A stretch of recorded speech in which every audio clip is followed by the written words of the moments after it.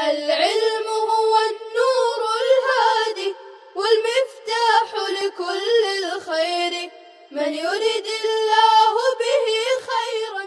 بسم اللہ الرحمن الرحیم الحمد للہ رب العالمین الحمد للہ حمدا کثیرا طیبا مبارکا فیہ وصلی اللہ وسلم علی نبینا محمد وعلی آلہ واصحابہ وبارک وسلم تسلیما کثیرا کثیرا. اعوذ باللہ من الشیطان الرجیم بسم اللہ الرحمن الرحیم. فسبحان اللہ ای سبحوا اللہ بمعنى صلوا حين تمسون أي تدخلون في المساء وفيه صلاتان المغرب والعشاء، وحين تصبحون تدخلون في الصباح وفيه صلاة الصبح، وله الحمد في السماوات والأرض. اعتراض ومعناه يحمده أهلها، وعشيا عطف على حين، وفيه صلاة العصر، وحين تظهرون تدخلون في الظهيرة، وفيه صلاة الظهر.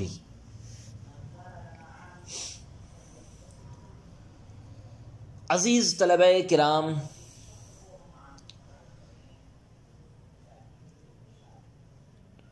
حضرت عبداللہ ابن عباس رضی اللہ تعالیٰ عنہ کا قول یہ ہے کہ ان اوقات مذکورہ سے پنجگانہ نماز مراد ہے.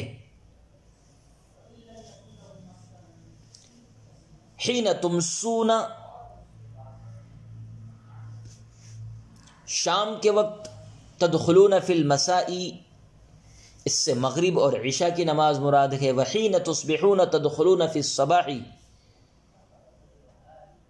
وفیہ صلاة الصبح، اس سے نماز فجر مراد ہے. تمسون میں مغرب و عشاء، تصبحون میں فجر وعشیہ، وفیہ صلاة العصر، عشیہ میں نماز عصر. وحین تظہرون تدخلون فی الظہیرہ، اور تظہرون میں صلاة ظہر مراد ہے. اس طرح ان چار اوقات میں 5 نمازیں مراد ہے، اور ان 4 اوقات مذکورہ سے نماز پنجگانہ مراد ہے. تمسونا میں مغرب و عشاء، تصبحونا میں نماز فجر، عشیہ میں نماز عصر، اور تظہرون میں نماز ظہر. اس آیت یعنی فسبحان اللہ حین تمسون وحین تصبحون کی تفسیر میں 2 قول ہے مفسرین کے. پہلا قول یہ ہے کہ آیت میں عام اور مطلق تسبیح و تحمید کی تلقین و ترغیب مراد ہے کہ اوقات مذکورہ میں تسبیح، تحمید، تمجید، تقدیس خداوندی کرنی چاہیے، اس لیے کہ ان اوقات میں خاص طور پر اللہ کی قدرت اور عظمت کے آثار کا خوب ظہور ہوتا ہے. نیز ان اوقات میں اللہ کی نعمتوں کا خاص طور پر ظہور ہوتا ہے، اس لیے ان اوقات میں خداوند قدوس کی تسبیح و تحمید مناسب معلوم ہوتی ہے.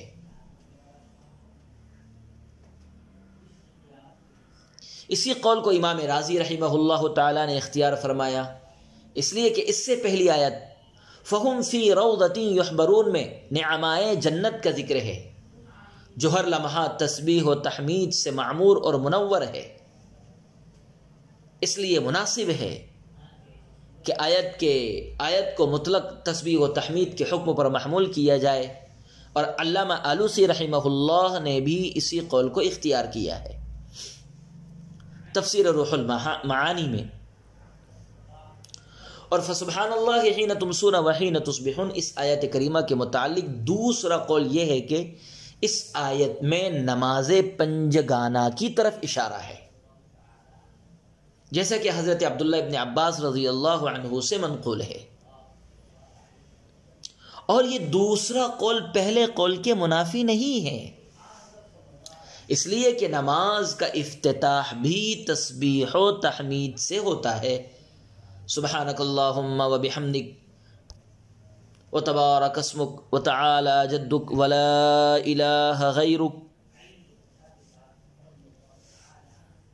لہذا نماز کی تسبیح و تحمید بھی عام تسبیح و تحمید میں داخل ہے، اس لیے کہ عام میں خاص بھی داخل ہوتا ہے۔ فَأَمَّا الَّذِينَ آمَنُوا وَعَمِلُوا الصَّالِحَاتِ فَهُمْ فِي رَوْضَةٍ يُحْبَرُونَ، اس آیت کریمہ سے متعلق کچھ ضروری گفتگو آپ حضرت کی خدمت میں پیش کی جاتی ہے۔ فَهُمْ فِي رَوْضَةٍ يُحْبَرُونَ، امام رازی رحمہ اللہ تعالی نے لکھا ہے کہ اہل جنت کے بیان میں محبرون کے بجائے یحبرون فرمایا گیا ہے، حالانکہ اہل جہنم کے بارے میں کہا گیا فَأُولَئِكَ فِي الْعَذَابِ مُحْضَرُونَ، لہذا محضرون کے مقابلے میں اہل جنت کے لیے محبرون کا لفظ استعمال ہونا تھا، نہ کہ یحبرون کا لفظ استعمال کیا جانا چاہیے تھا، لیکن محبرون کی بجائے یحبرون فرمایا۔ اس میں یہ حکمت پنہا ہے کہ یحبرون کے ذریعے نعمتوں کے تجدد کی طرف اشارہ ہے، ہر آن ہر لمحہ خداوند قدوس کی طرف سے نو بنو کی نعمتیں نچھاور ہوتی رہے گی۔ دوسرا نقطہ یہ ہے کہ ایمان کے ساتھ عمل صالح کا ذکر ہے، آمنوا وعملوا الصالحات، جس میں دو باتیں معلوم ہوئی، ایک یہ کہ کوئی عمل بغیر ایمان کے معتبر نہیں ہے، دوسرے ایمان کے ساتھ اعمال ہو تو مراتب عالیہ کا مستحق ہوگا۔ گویا نفس ایمان پر استحقاق جنت ہے، ایمان بھی دائمی ہے اور جنت بھی دائمی، لیکن نیک اعمال باعث مراتب اور سونے پر سہاگا۔ ایمان دائمی، جنت بھی دائمی، لیکن اس کے ساتھ ساتھ پلس اعمال صالحہ ہے۔ اعمال صالحہ کا بدلہ مراتب عالیہ، اور یہ نور علی نور، برخلاف کفر کے کہ وہ دوامی ہونے کی وجہ سے دوام جہنم کا استحقاق رکھتا ہے، تاہم اس میں بدعملی شرط نہیں ہے۔ کفر پر بھی ابدی عذاب کا استحقاق ہے، بدعمالیہ تو کریلے نیم چڑھے۔ کفر ہی خود خطرناک چیز ہے، کفر کے ساتھ ساتھ اگر بدعمالیہ ہو جائے، تنہا کفر ہی دائمی جہنم کا سبب ہے، مگر کفر کے ساتھ ساتھ بدعمالیہ کریلے نیم چڑھے کا مصداق ہے۔ اب رہ جاتی ہے ایک تیسری قسم کہ ایمان کے ساتھ ساتھ بدعمالیہ ہوں، اس کا ذکر ان آیات میں نہیں ہے، مگر علماء اہل سنت نصوص کی بنیاد پر فرماتے ہیں کہ اولاً بدعمالیوں کی اسے سزا ہوگی، اور پھر اصل ایمان کی وجہ سے نجات ہوگی، دوام عذاب اس کے لیے نہیں ہے۔ عزیز طلبہ کرام، جمہور مفسرین کی تفسیر وَأَمَّا الَّذِينَ آمَنُوا وَعَمِلُوا الصَّالِحَاتِ فَهُمْ فِي رَوْضَةٍ يُحْبَرُونَ کے متعلق یہ ہے کہ فَهُمْ فِي رَوْضَةٍ يُحْبَرُونَ سے جنت کی خوشحالی مراد ہے جمہور علماء تفسیر کے نزدیک، اور یحییٰ ابن کثیر رحمہ اللہ تعالی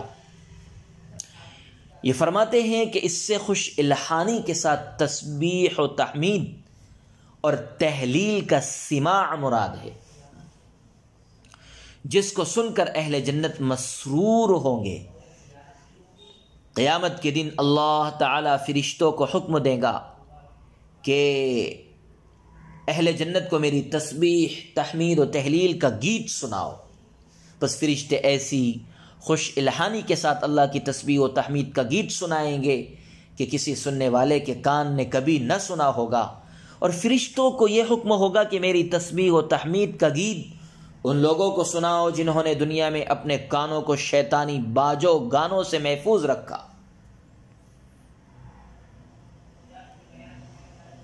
علامہ قرطبی نے یہی ذکر فرمایا ہے۔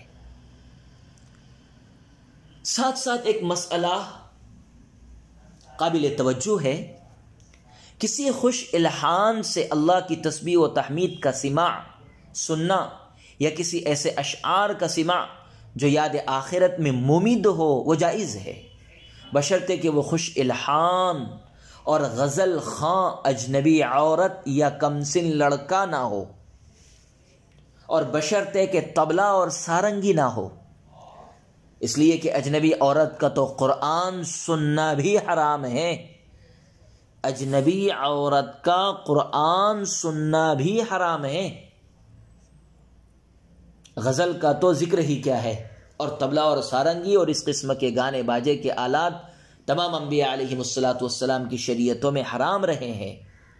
البتہ اگر کسی کی بیوی خوش الحان ہو تو فقط اس کو اپنی بیوی کا سماع جائز ہے، بشرطے کہ وہ خلوت اور تنہائی میں ہوں اور کوئی نامحرم مرد اور نامحرم عورت وہاں موجود نہ ہو، اور جو سماع قواعد شریعت کے تحت جائز ہو وہی درست ہوگا۔ فسبحان اللہ حین تمسون وحین تصبحون ولہ الحمد فی السماوات والارض وعشیا وحین تظہرون۔ تسبیح اور تحمید، تمجید اور تقدیس کا حکم دیا گیا، لیکن اس میں پنہاں دراصل ذکر خداوندی ہے، اور ذکر الہی کی 3 قسمیں ہیں۔ نمبر 1 ذکر باللسان، نمبر 2 ذکر بالقلب، نمبر 3 ذکر بالجوارح۔ اللہ کی یاد دل سے ہو، اللہ کی یاد زبان سے ہو، اللہ کی یاد اعضاء و جوارح سے ہو۔ یہاں تسبیح و تحمید سے نماز پنجگانہ کو مراد لیا گیا ہے، یہ اس لیے کہ نماز چونکہ ان تینوں اذکار اور ان تینوں یادیں نماز میں جمع کر دی گئی ہے۔ نماز میں ذکر باللسان، ذکر بالقلب اور ذکر بالاعضاء بواسطہ اعضاء و جوارح تینوں نماز میں موجود ہے۔ گویا کہ نماز ایک حسین سنگم ہے ان تینوں قسموں کی یادوں کا، اس لیے اس کی ادائیگی ہر قسم کے اذکار کی ادائیگی سمجھی جائے گی۔ نماز کی ادائیگی نماز کے پنجگانہ اوقات میں بیان فرمائے گئے ہیں۔ ان اوقات میں حق تعالیٰ کی رحمت، قدرت، عظمت کے آثار بہت زیادہ نمایاں ہوتے ہیں۔ سورج جیسا عظیم کرہ جس سے سارا عالم بلا واسطہ اور بالواسطہ مستنیر و مستفید ہوتا رہتا ہے، اور جس کی عظیم تاثیرات سے مبہوت ہو کر بڑی بڑی قومیں اس کو سب سے بڑا دیوتا ماننے لگیں، اور اس کے نام کے بڑے بڑے عبادت خانے بنا ڈالے گئے۔ ان 5 اوقات میں چونکہ اس کی کھلی عاجزی اور بیچارگی کا مظاہرہ ہوتا ہے، اس لیے موحدین کو حکم ہوا کہ ان 5 اوقات میں خدائے اکبر کی عبادت کریں۔ صبح کو جب تک سورج طلوع نہ ہو، نمبر 1 صبح کو جب تک سورج طلوع نہ ہو، نمبر 2 دوپہر ڈھلنے پر جب اس کے عروج کو زوال ہونے لگے، نمبر 3 پھر جب اس کی چمک دمک اور تیزی ماند پڑ جائے، نمبر 4 غروب کے بعد ہی جب اس کے پجاری اس کی نورانی شعاعوں سے محروم ہو جائے، اور نمبر 5 پھر اس کے بعد جب شفق اور سورج کے آثار تک غائب ہو جائیں، بندگان خدا اپنی نیاز مندیوں کا اظہار کیا کرے۔ وَلَهُ الْحَمْدُ فِي السَّمَاوَاتِ وَالْأَرْضِ وَعَشِيًّا وَحِينَ تُظْهِرُونَ۔ اس آیت میں یہ بتلانا ہے کہ جس ذات کی خوبی ساری کائنات، جس ذات کی خوبیاں، جس ذات کی حمد و ثنا، جس ذات کی ثنا خوانی ساری کائنات زبان و حال و قال سے بیان کر رہی ہے، وہی تسبیح تنزیہ کے لائق ہے۔ کوئی مجبور و عاجز مخلوق خواہ وہ کتنی ہی بڑی دکھائی دیتی ہو، یہ استحقاق نہیں رکھتی ہے۔ یخرج الحی من المیت ویخرج المیت من الحی ویحیی الارض بعد موتها وکذالک تخرجون۔ اس آیت کریمہ میں اللہ رب العزت کی شیون عظیمہ اور صنعات کاملہ کا بیان ہے، اور اس ذیل میں مسئلہ بعث بعد الموت پر خوب اچھی طرح روشنی بھی ڈالی گئی ہے۔ انسان صبح کے وقت نیند سے بیداری کی طرف نکلتا ہے۔ حدیث میں ہے کہ النوم اخو الموت، نیند موت کا بھائی ہے، اور بیداری زندگی کے مشابہ ہے۔ نیند موت کے مشابہ ہے، بیداری زندگی کے مشابہ ہے۔ تو صبح کے وقت نیند سے بیداری کی طرف نکلنا، صبح کے وقت نیند سے بیداری کی طرف نکلنا گویا کہ موت سے حیات کی طرف نکلنا ہے، اور عشاء کے بعد سو جانا یہ زندگی سے مردگی کی طرف نکلنا ہے۔ لہذا صبح کی بیداری اور عشاء کے بعد کی نیند یہ موت سے حیات کی طرف اور حیات سے موت کی طرف نکلنے کا نمونہ ہے، جس کا انکار ناممکن ہے۔ لہذا اس کے مماثل پیش آنے والے واقعے کا کیوں انکار کرتے ہو اور کیوں اس کو محال بتاتے ہو؟ لہذا اس انکار اور اصرار کو چھوڑو اور خدا کی آیات قدرت پر نظر ڈالو۔ صبح و شام اور دوپہر اور سپہر کے وقت میں خاص طور پر خدا کی قدرتوں کا ظہور ہوتا ہے، اور ان اوقات میں خدا تعالیٰ کی نعمتوں کا بھی ظہور ہوتا ہے۔ لہذا ان وقتوں میں خاص طور پر تسبیح و تحمید کا اہتمام کرو تاکہ قیامت کے دن تم کو کام آئے۔ اس لیے اب آئندہ آیات میں دوبارہ زندگی کے اثبات کے لیے دلائل قدرت بیان کرتے ہیں، اور ان سے یہ بھی ثابت ہوگا کہ تسبیح و تحمید کی وہی ذات مستحق ہے کہ جو کمال قدرت کے ساتھ موصوف ہے۔ اسی ذیل میں خداوند قدوس نے 6 دلائل بیان فرمائے ہیں۔